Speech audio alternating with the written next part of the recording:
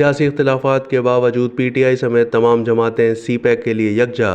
کیا پاکستان کے مسائل اور چیلنجز سے نمٹنے کا واحد طریقہ یہی ہے؟ آخر یہ سب کیسے ممکن ہوا؟ انصار عباسی کا کالم۔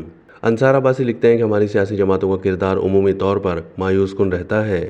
سب کی سیاست اپنے اپنے سیاسی مفادات کے گرد گھومتی ہے۔ ایک دوسرے کو نیچا دکھانے کے لیے قومی مفادات کے معاملات پر بھی سیاست کی جاتی ہے۔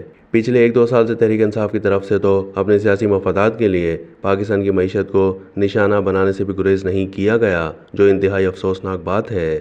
ایسے میں 2 دن پہلے چین پاکستان اقتصادی راہداری یعنی سی پیک پر تیسرے پاک چین مشترکہ مشاورتی میکینزم اجلاس میں تمام سیاسی جماعتوں کا ایک پیج پر نظر آنا اور مثالی اتفاق رائے کا مظاہرہ کرنا ایک ایسا خوشائند عمل تھا جس کی سب کو حوصلہ افزائی کرنی چاہیے، تاکہ ہماری سیاسی جماعتوں معیشت سمیت دوسرے قومی مفادات سے متعلق معاملات پر اپنی اپنی سیاست اور اپنے اپنے ذاتی مفادات کے بجائے پاکستان اور عوام کے مفاد کو ترجیح دیں۔ یہ واحد طریقہ ہے جس سے پاکستان کے مسائل اور اس کو درپیش چیلنجز کا بہتر طریقے سے مقابلہ کیا جا سکتا ہے۔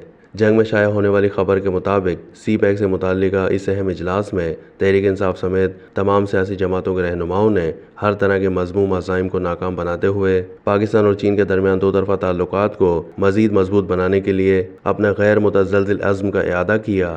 اجلاس میں نائب وزیر اعظم اور وزیر خارجہ اسحاق ڈار، چیئرمین سینٹ یوسف رضا گیلانی، اسپیکر قومی اسمبلی سردار ایاز صادق، وزیر منصوبہ بندی و ترقی احسن اقبال، تحریک انصاف کے senator Syed Ali Zafar, J you آئی کے مولانا فضل الرحمان، ایم کیو ایم کے خالد مقبول صدیقی، پیپلز پارٹی کی ہنا ربانی کھر، استحکام پاکستان پارٹی کے منزہ حسن، نیشنل پارٹی کے سینیٹر جان محمد، سینئر سیاستدان افراسیاب خٹک اور دیگر رہنما شامل تھے۔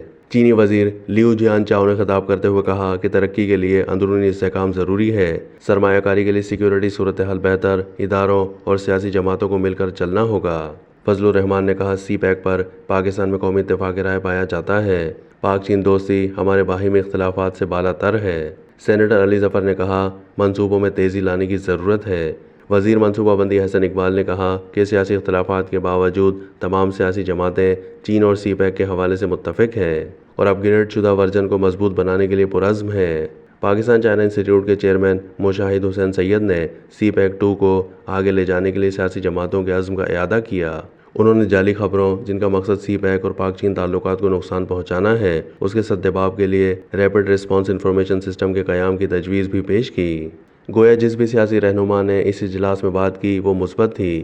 سی پیک اور چائنا سے پاکستان کے گہرے تعلقات کے متعلق سیاسی جماعتوں کے اس اتفاق رائے کے مظاہرے کو نہ صرف سراہنے کی ضرورت ہے بلکہ سیاسی جماعتوں اور سیاسی رہنماؤں کی حوصلہ افزائی کی جانی چاہیے کہ وہ اپنے اپنے سیاسی اختلافات اور نظریات سے بالاتر ہو کر پاکستان کو موجودہ مشکلات سے نکالنے کے لیے اس طرح کے عمل کو تقویت دیں۔